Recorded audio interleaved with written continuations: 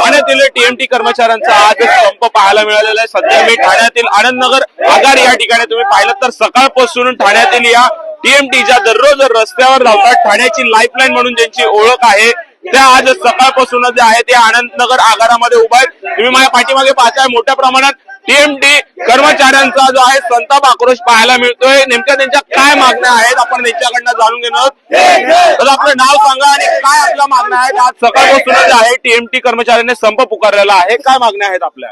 माझं नाव लक्ष्मण माठी, माझा ID number 1216। मी या सिटी लाईफ प्रायव्हेट लिमिटेड कंपनीमध्ये गेल्या 9 वर्षापासून काम करतोय, पण आमचा पगार 14, 16, 18 याच्यावरती कधी आमचा पगार वाढलाच नाही। जर तुम्हाला महानगरपालिका ठोक मानधन देते की तुम्ही ड्रायव्हरांना द्या म्हणून, मग तो कॉन्ट्रॅक्टर आम्हाला देत का नाही? तो आम्हाला त्याने 18,000च्या वरती कधी पगार दिलाच नाही। आमचं एवढंच म्हणणं आहे की आम्हाला तो ठोक मानधन द्यावं, आम्ही व्यवस्थित काम करावं। आणि सगळ्यात आधी ठाणेकरांची जे गैरसोय होते आज त्याच्याबद्दल आम्ही सर्व चालक वाहक मिळून दिलगिरी व्यक्त करतो। आम्हाला माफी असावी, पण कुठेतरी पोटाच्या कळंगीमुळे सगळं पाऊल उचला लागला आम्हाला। तर जोपर्यंत आमच्या मागण्या पूर्ण होत नाही तोपर्यंत आम्ही संप माघार घेणार नाही। किती वर्षापासून टीएमटी मध्ये काम करता आणि काय मागण्या आहेत? बरोबर, माझं नाव गुरुत्व यादव। ठाणेकरांची गैरसोय त्यासाठी मी दिलगिरी व्यक्त करतोय।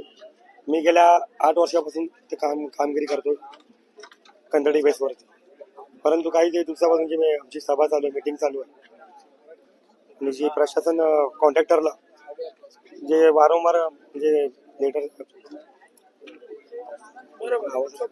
ठोक मानधन देत आहे, तरी सुद्धा कॉन्ट्रॅक्टर सरळ म्हणतोय आम्हाला की मी एवढंच तुम्हाला देईन, त्याच्यावर 1 रुपया देणार नाही, तुम्हाला करायचं करा सर, सोडून द्यावा सर। ही अशी दादारीची वार्ता तो करत आहे वारंवार, आणि कर्मचाऱ्यांना भेटीच धरत आहेत, ते आम्हाला मान्य नाहीये। त्यामुळे आम्ही पर्यावरण संप पुकारलेला आहे। आता एकूण किती कर्मचारी आहेत तुमचे आज ह्या संपामध्ये सहभागी झालेले आहेत? आणि कंडक्टर असतील, ड्रायव्हर असतील किंवा या ठिकाणी काही इतरही स्टाफ पाहायला मिळतो? आमच्या इथे जो मेकॅनिकल, ड्रायव्हर सर्व स्टाफ पकडून 1200-1300 लोक आहेत।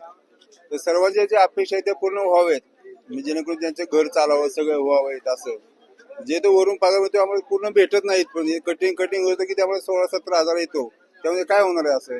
त्यासाठी आम्ही संपासाठी उभे आहे, ते आमच्या मान्य पूर्व आहेत काय असेल ते। सर, मागण्या मान्य झाल्या नाही तर आपली पुढची भूमिका काय असेल? पुढची भूमिका संप हा अखंडपणे चालू राहील। दिव्याची वाद जशी अखंडपणे देव नवरात्रीमध्ये चालते, तशी संपाची लाट अखंड चालत राहील आणि खडखडीत राहील।